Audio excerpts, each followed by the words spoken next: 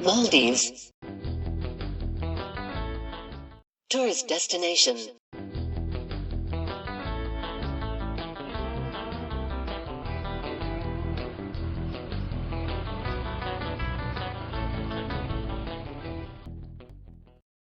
What is the religion in Maldives? Any guesses? Islam. Islam is the official religion of the Maldives, and open practice of any other religion is forbidden. Wikipedia. But how did Islam reach Maldives? Any guesses? According to Wikipedia, the conversion to Islam is mentioned in the ancient edicts written in copper plates from the end of the 12th century AD. There is also a locally well-known legend about a foreign saint who subdued a demon known as Ranamari. A plaque in Juma Mosque, Malay, Maldives, on which Yusuf Tabrizi's name is written. Yusuf Tabrizi was an Iranian who is said to have converted Maldives in 12th century AD to Islam. Ghavemik Alaminja, who succeeded Koimala, converted to Islam in the year AD 1153. Ranamari. Ranamari is a Maldivian myth or legend which chronicles the Maldivian people's conversion from Buddhism to Islam. Ranamari, the notorious sea demon, haunted the people of the Maldives since time began.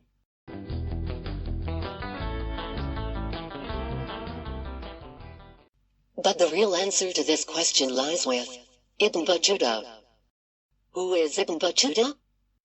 Ibn Battuta was a Muslim Moroccan explorer, known for his extensive travels, accounts of which were published in the Rihla lit. Journey. Over a period of 30 years, he visited most of the known Islamic world as well as many non-Muslim lands. His journeys included trips to North Africa, the Horn of Africa, West Africa, Southern Europe and Eastern Europe in the West, and to the Middle East, South Asia, Central Asia, Southeast Asia and China in the East, a distance surpassing threefold his near contemporary Marco Polo. Ibn Battuta is considered one of the greatest travelers of all time. He journeyed more than 75,000 miles, a figure unsurpassed by any individual explorer until the coming of the steam age some 450 years later. He visited Maldives. He spent 9 months on the islands, much longer than he had intended. As a chief caddi, his skills were highly desirable in the formerly Buddhist nation that had recently converted to Islam. According to Moroccan explorer Ibn Battuta, the person responsible for this conversion was a Sunni Muslim visitor named Abu al-Barakat al-Barbari sailing from Morocco. His venerated tomb now stands on the grounds of the Friday Mosque, in Malay. How did this Abu al-Barakat manage to convert Maldives to Islam? Selections from Journey of Ibn Battuta. Mentioning the reason behind natives of these islands converting to Islam and mentioning the demons affecting them every month. I was told by trusted persons of natives like Faki Issa al-Yamani and Faki Mo al-Amali and Judge Abdullah and other group of people that the natives of these islands were Buddhists at the beginning, and every month a Jinni demon comes from the seaside in the shape of a boat of lit lanterns. And their habit, if they saw it, they take a young virgin maid, decorate her, and send her to a Buddhist temple built by beach, which has got a window overlooking the sea. And they leave her there for the night, to come in the morning to find her deflowered and dead. And for that, every month they cast lots, and if one is nominated he gives his daughter for that sacrifice. And then, a Moroccan traveler came along. His name is Abu al-Barakat al-Barbari, and he was a Hafiz reciter of the Holy Quran. And he stayed in a guest house belonging to an old lady, and one day he entered the house, to find her gathered round her relatives, and they are all weeping and mourning, as if in a funeral. So he asked what is going on, so they didn't understand him, so a translator came, and told them that the old lady has the lot casted on her this time, and she has only one daughter, which had to be sacrificed to the demon. On that moment Abu al-Barakat told her, I will go instead of your daughter tonight, and he was beardless, so they carried him this night and got him inside the temple, and he was ready with ablution, and staying reciting Quran. And then the demon showed to him from the sea-facing window, so he kept reading, and so he while hearing the recitation and dived back into the sea.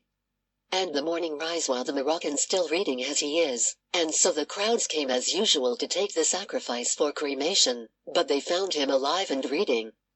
So they took him to their king. He was called Schnoraza, and they told him about details of this incident. To his astonishment, the Moroccan offered him to embrace Islam, and encouraged him.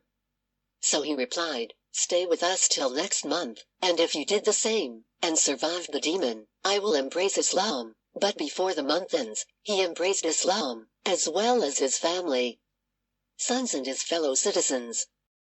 And when the month came, he was carried to the Buddhist temple, and the demon did not show up, so he kept reciting Quran till morning.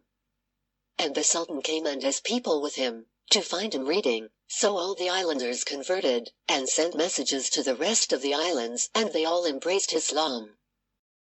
The Moroccans stayed with them for a long time, and they followed his religious sect, and till this moment they revere the Moroccans because of him. A mosque was built in his name, and I read a wooden engraving in the mosque that says, "The Sultan Ahmed Schnoraza became a Muslim on the hands of Abu al-Barakat al-Barbari the Moroccan, and as a tradition, the Sultan allocated 1/3 of the taxes of these islands to be spent on travelers and wayfarers, for their Islam was because of one of them, and it continued till now. Not to mention, that because of that demon many of these islands were deserted before Islam." And when I arrived I didn't know about that story, and one night I heard people cheering loudly outside, saying Allah Akbar. And I saw kids putting Quran books on their heads and women banging pans and copper pots, so I wondered, and I asked, "What is it?" They replied, "Don't you look at the sea?" So I looked, and I behold a shape like the big ship, as if full of lanterns and torches, and they said, "This is the demon, and his habit is to show up once a month, and if we did what we do, he goes away with no harm." Thank you.